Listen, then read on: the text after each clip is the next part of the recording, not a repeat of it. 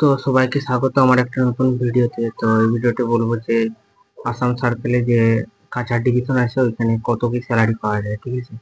তো বলবো চ্যানেলটাকে প্লিজ সাবস্ক্রাইব করে দেওয়া। যারা ওয়েস্ট বেঙ্গল থেকে আসামে জিডিএস এর কাজ করতে আসবে ভাবছো তাদের পক্ষে এটা জরুরি ভিডিও হবে, কারণ তোমরা দেখতে পাবে কত কি স্যালারি তোমরা পাবে, ঠিক আছে? তো এটা সেপ্টেম্বর মাসে আমার স্যালারি স্লিপ। তো আমি একটা ইস্যুতে কাজ করি, তাই ডেজিগনেশন আমার ডাক সেবক, ঠিক আছে? যদি আমি ব্রাঞ্চ অফিসে কাজ করতাম তো আমার ডেজিগনেশন হচ্ছে এবিপিএম, ঠিক আছে?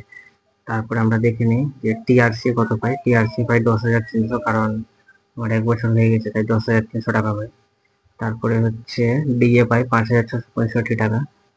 তারপরে হচ্ছে এফএসসি মানে ফিক্সড স্টেশনারি কিছু একটা হবে, সেটা 25 টাকা পাই, মানে কলম খাতা কলম কেনার জন্য দেয় আর কি, প্রত্যেক মাসে 25 টাকা।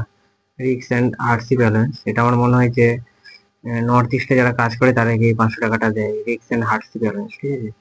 তো টোটাল আমার স্যালারি দাঁড়ায় প্রত্যেক মাসে 16,490 টাকা, ঠিক আছে? তার মধ্যে অনেক টাকা কেটে নেয়, যেমন এসডিবিএস কাটে আমার 300 টাকা, ঠিক আছে? মানে 300 টাকা করে আমার একটা এনপিএস লাইটে জমা থাকে, ঠিক আছে?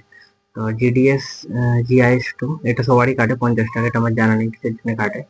প্রফেশনাল ট্যাক্স ট্যাক্স কাটে 180 টাকা। আর একটা ক্লাব আছে এখানে, তো ক্লাবের সাবস্ক্রিপশন এটা সবাইকে নিতে হয়, তো এর জন্য কাটে 10 টাকা, টোটাল 190 টাকা। আর এখানে 350 টাকা, সবকিছু কেটে এটা দাঁড়ায় হচ্ছে 15,950 টাকা, ঠিক আছে?